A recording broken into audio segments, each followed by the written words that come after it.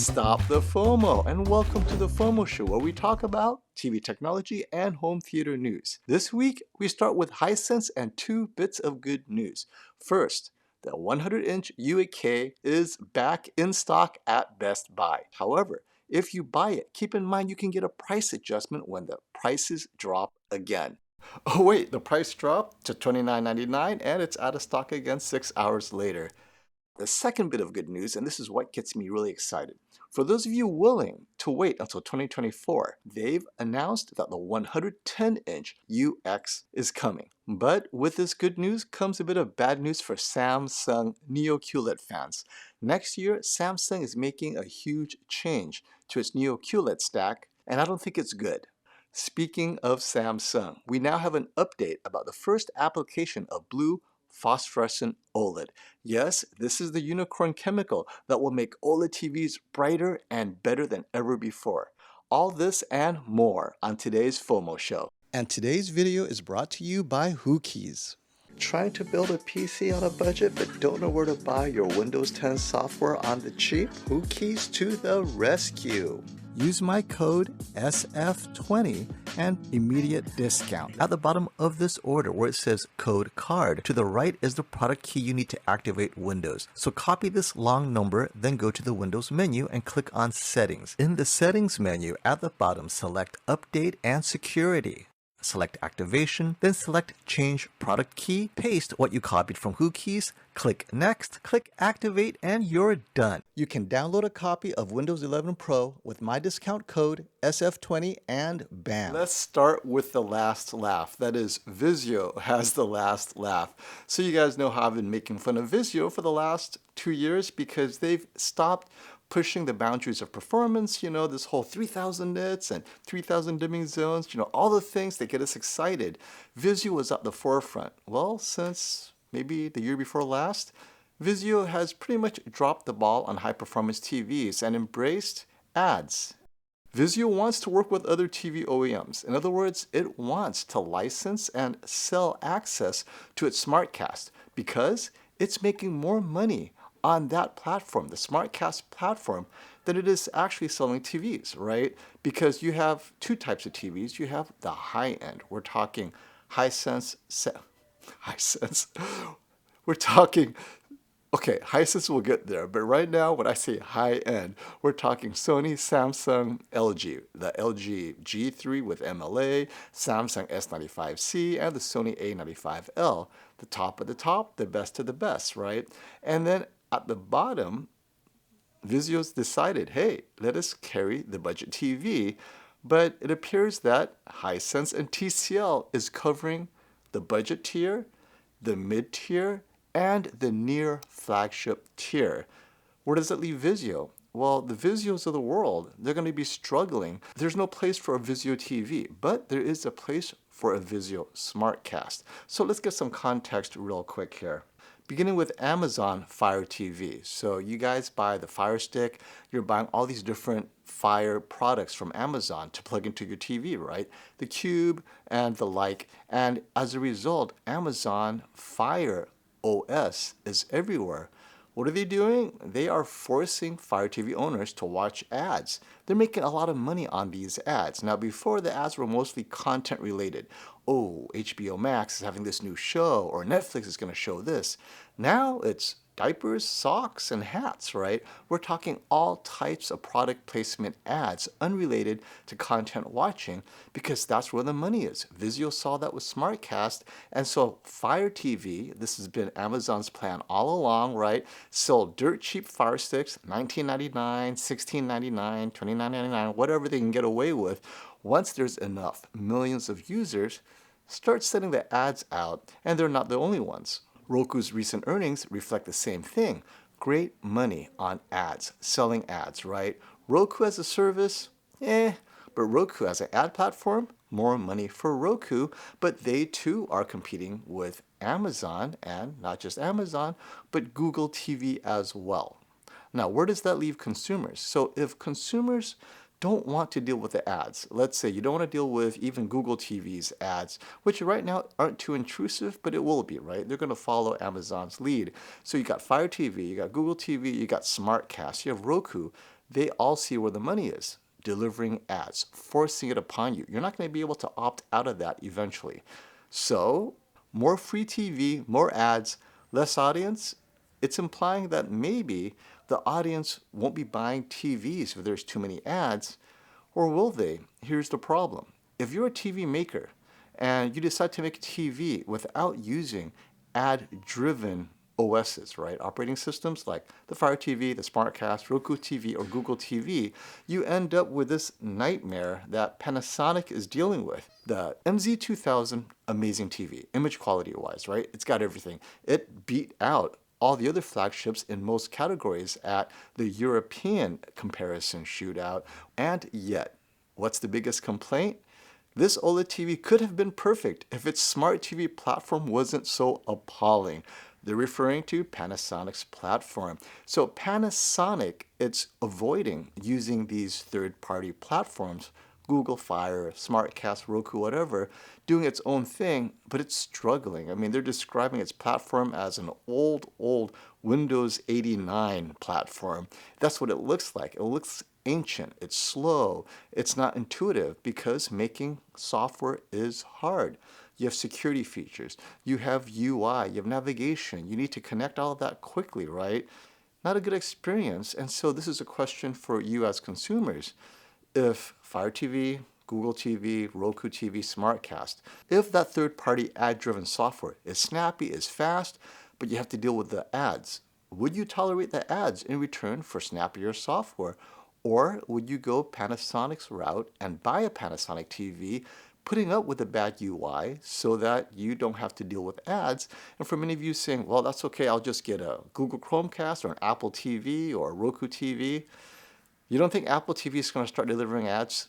It's going to happen sooner or later because ultimately streaming as a platform in and of itself simply not profitable enough, even if you're paying subscriptions, right? So you're seeing these subscription prices going up. Netflix, Max, all these different streaming platforms raising their prices, still not enough to support the cost of delivering movie streams. So even Apple TV eventually will be delivering ads because that is where the money is. Speaking of OLED TVs, this time we have Samsung buying more WOLED panels from LG. So this year they made an experiment selling the 83-inch size, the S90C, that's a WOLED from LG Display, and the S89C, another WOLED panel from LG Display, I think sold exclusively at Best Buy. And next year they're going to be buying more. Samsung is interested in getting more of these WOLEDs into their TV lineup. At the end of this article is very telling.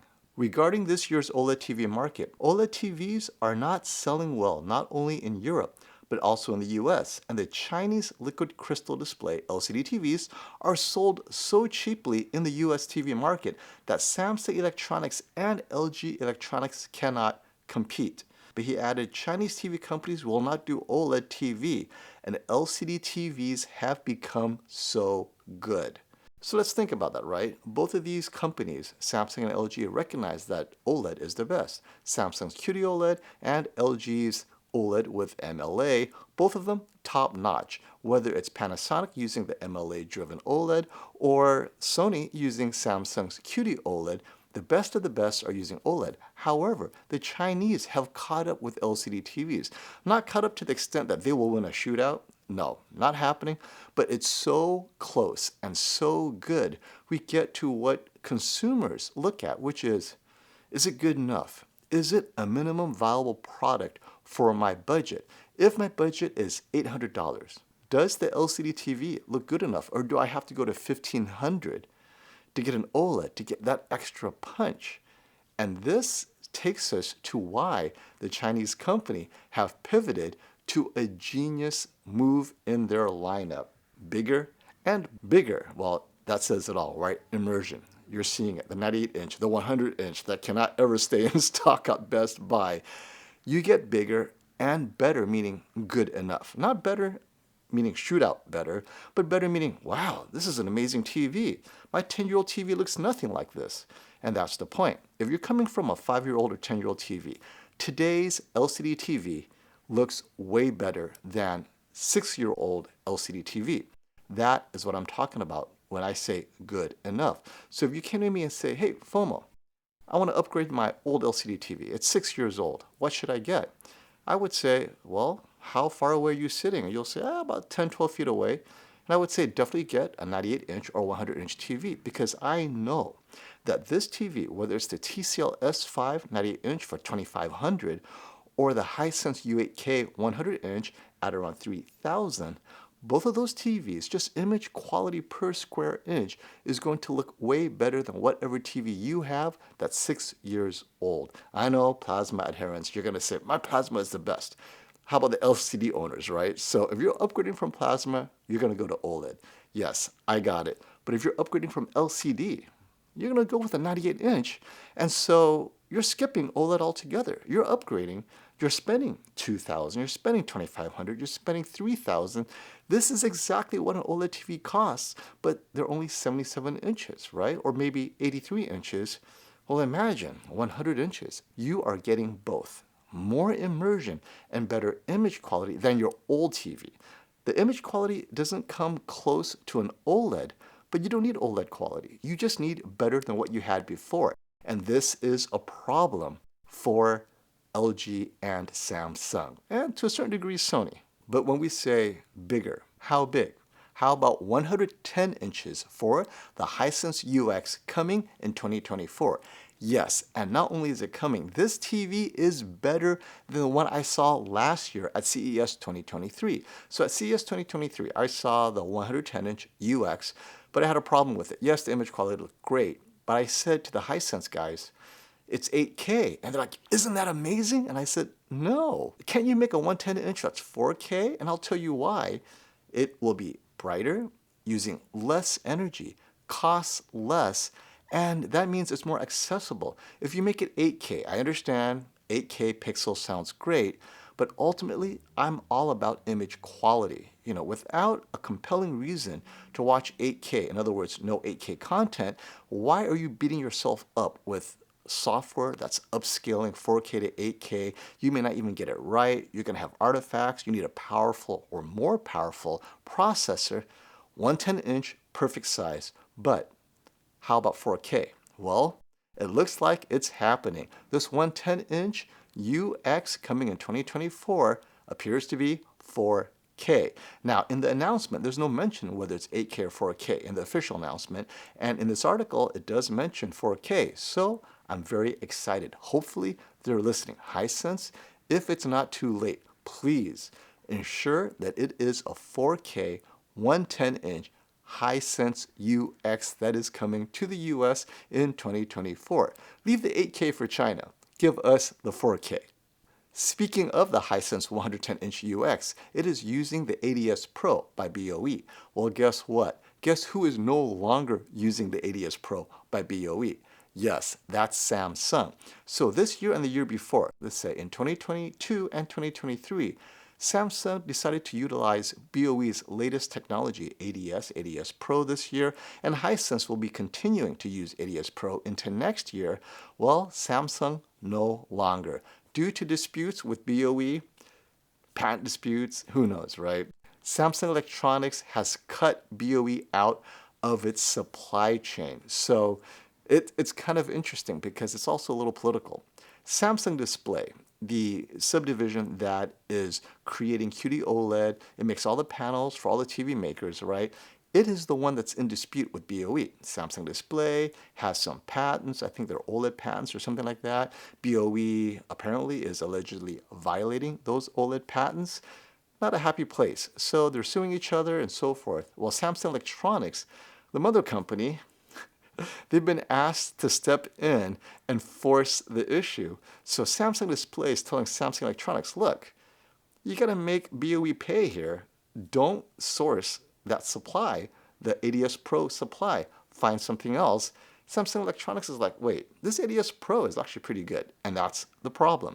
ADS Pro, yes, it's similar to IPS, but its latest iteration is darn good. The QN90C uses ADS Pro.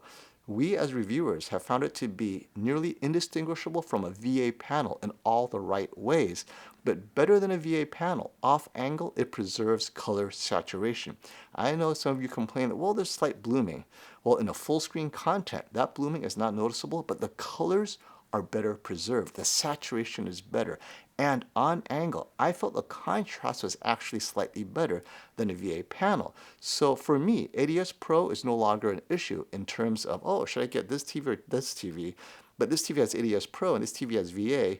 I would always say go with the ADS Pro. Better viewing angle is better for everyone. But moving forward into 2024, it looks like Samsung Electronics will not be using ADS Pro anymore. Now, Hisense will continue to use it, so yay us who enjoy Hisense TVs, but then where's Samsung going to go? So it's probably going to go back to VA panels, maybe an AUO panel, maybe a panel from Innolux, or a variety of other suppliers not named BOE, TCL, right? More CSOT. And speaking of Samsung Display, what you've all been waiting for, blue phosphorescent OLED. Yes, it's a thing, it's in the lab, but the question is, when is it going to come to a TV? So blue phosphorescent OLED is a better blue. Brighter, more efficient, color purity, color luminance, all the stuff that people complain about normal blue fluorescent OLED has been solved with blue phosphorescent OLED. So let's say on a LG OLED, right? You have red, you have green. Both red and green are already phosphorescent OLED. The blue continues to be fluorescent OLED, and the blue in qd-oled, it's also fluorescent OLED. Well, Samsung Display has indicated a timeline. So, first, the bad news. Well, actually, it's kind of all bad news to a certain degree. They won't be using blue phosphorescent OLED until 2025, but that's not the worst news. This is just for its implementation on RGB OLED. In other words, OLED for your phones and tablets. They need to put it on those devices first. Once they make that work, then they'll probably look at putting it into qd-oled TVs. That could be 2026. It may even be 2027. So for those of you holding out for blue phosphorescent OLED in your TVs, first, it has to make it to our phones. So once we see it on our phones, then maybe the following year, it may make it to the TVs, because here's the problem. The lifetime of a phosphorescent blue OLED is half that of a regular fluorescent blue OLED. So although it performs better, what's the point if it only lasts half as much? And so now you're saying, wait, then why are they putting it on a phone? Well, because people buy a new phone every 2 years. Right, 2-year-old phone, it's ancient. By the 3rd year, it's gone. They're going to put it in those high turnover devices first, so that if the life isn't as long as they had hoped, no one notices because they're buying a new phone 2 years later. But TV owners, on average, own their TV for at least 4 years. More importantly, these expensive TVs, right, because it's going to be on their flagship qd-oled, they may keep those TVs for 5, 6, or 7 years because it's so expensive. More of a reason to keep testing blue phosphorescent OLED. So let's see it on these phones first, how long it lasts, and eventually, maybe, well, depending on lifetime improvements, maybe never. Right? So it needs to get to the same lifetime of fluorescent blue, or it'll just stay on your phone. Which takes us to a question for you all who buy phones every year. In 2026, when you buy this phone with blue phosphorescent OLED, hold on to it and let us know. How goes it?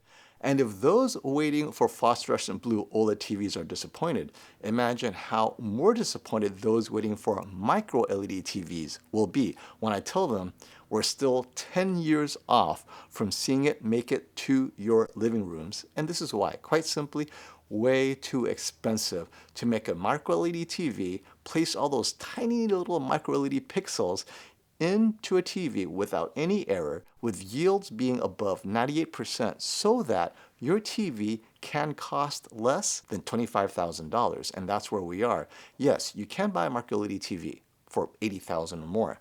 But if you want it to be under $15,000, and we're talking maybe an 85-inch size, 88-inch size, some quirky size like that, if you want that TV to be under $15,000, we're probably 10 years off. And lastly, I know this is a fun TV feature that you all are looking forward to. Tom Cruise can now automatically turn off motion smoothing on your Sony TV. So Sony has this new technology. They flew reporters in to Sony Japan to check it out. Basically, it gives the creator, in this case, let's say Netflix, right? You're watching a Netflix stream. Netflix can tell the TV, oh, this is too dark. Let's raise the black levels. Oh, you know what? This looks better with motion smoothing on. So suddenly you have high motion interpolation. Basically, all your settings, the manual settings you have on your TV, can be changed by the source, whether it's streaming, maybe Blu-ray disc has a certain metadata that triggers the Sony TV into doing what it tells it to do. So yes, essentially, Tom Cruise can say, in this movie, if they're not squinting, they're not getting the experience I want. I want it dark. I want them to feel uncomfortable because in this next scene, boom, it's going to be super bright. They're going from squinting to wow, right? So that's what we're talking about, is giving the creator more control over your TV. Of course, Sony tried to reassure everyone that no, you still have manual control, manual override. But I'm just thinking, for the senior citizens out there, right, who really do not want to touch the settings. It's just set it and forget it. They get a Sony TV. They don't turn off or disable this control that Tom Cruise has over their TV. They're watching Mission Impossible and suddenly, what happened? And it's so loud, and why doesn't my remote work? And why is Tom Cruise laughing in the corner of my TV? Until the next FOMO show, stop the FOMO.